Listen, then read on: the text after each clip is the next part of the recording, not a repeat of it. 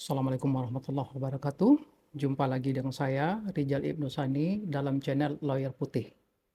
Pokok bahasan kita kali ini yaitu menganalisa kasus Basarnas dan permintaan maaf dari KPK.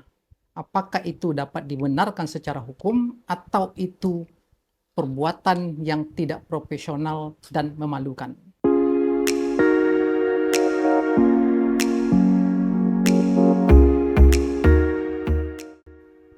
Lalu pertanyaan berikutnya, apa saja kewenangan dari KPK? Itu diatur oleh pasal 11 Undang-Undang KPK yang menyatakan bahwa KPK berwenang atas kasus korupsi yang melibatkan satu, aparat penegak hukum, yang kedua, penyelenggara negara, yang ketiga, orang lain yang ada kaitannya dengan perkara korupsi. Maka pertanyaan berikutnya adalah siapa itu penyelenggara negara? Itu diatur oleh pasal 2 Undang-Undang 28 tahun 99 tentang penyelenggaraan negara yang bebas KKN, yang menyatakan bahwa penyelenggara negara adalah semua pejabat negara yang melaksanakan fungsi eksekutif, yudikatif, dan legislatif, termasuk di sana itu TNI. Jadi seandainya TNI atau Panglima TNI melakukan tindak pidana korupsi, maka KPK berhak untuk menyidik perkara tersebut. Dasar hukumnya apa? Pasal 11 Undang-Undang KPK.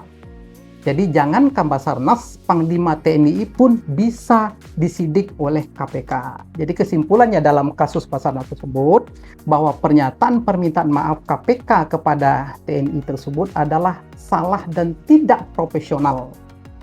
Dan itu sangat memalukan. Demikian, semoga video ini bermanfaat. Terima kasih. Assalamualaikum warahmatullahi wabarakatuh. Lalu bagaimana dengan pengadilan militer? Apakah juga berwenang untuk mengadili dan memutus perkara terkait dengan tindak pidana korupsi? Kita tahu bahwa pengadilan militer lahir berdasarkan Undang-Undang tahun 97. Jadi sebelum lahirnya Undang-Undang nomor 31 tahun 99 tentang tindak pidana korupsi. Dan di dalam Undang-Undang Pengadilan Militer tidak satupun pasal yang menyatakan bahwa pengadilan militer berhak memeriksa dan memutus perkara terkait tindak pidana korupsi. Dan juga pada Undang-Undang Pengadilan Militer tidak satupun pasal yang menyatakan bahwa auditor TNI berhak untuk menyidik dan menuntut perkara terkait tindak pidana korupsi. Dan jelas pada pasal 5 Undang-Undang Pengadilan Tindak Pidana Korupsi menyatakan bahwa hanya pengadilan tindak pidana korupsi satu-satunya pengadilan yang berhak memeriksa dan memutus perkara terkait dengan tindak pidana korupsi. Dan juga pada Undang-Undang Pengadilan Tindak Pidana Korupsi menyatakan bahwa pemeriksaan perkara tindak pidana korupsi diperiksa dengan hakim karir dan hakim ad hoc, yang itu hanya ada pada pengadilan tindak pidana korupsi, dan di pengadilan militer itu tidak ada sama sekali. Dan oleh karena itu, kewenangan untuk menyidik dan menuntut ada di KPK, dan pemeriksaan perkara korupsi ada di pengadilan tindak pidana korupsi. Di pengadilan militer tidak ada. Maka pertanyaan berikutnya adalah, pada kasus Basarnas tersebut, anggaplah penyidikan telah dilakukan oleh auditor TNI. Lalu auditor TNI menyerahkan kepada perwira penyerah perkara. Kan begitu aturannya.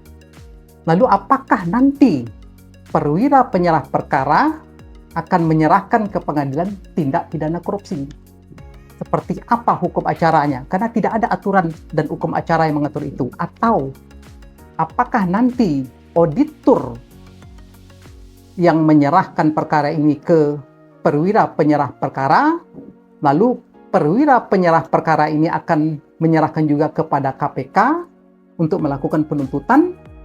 Seperti apa karena itu akan menjadi masalah, karena sampai sekarang belum ada aturan yang mengatur itu.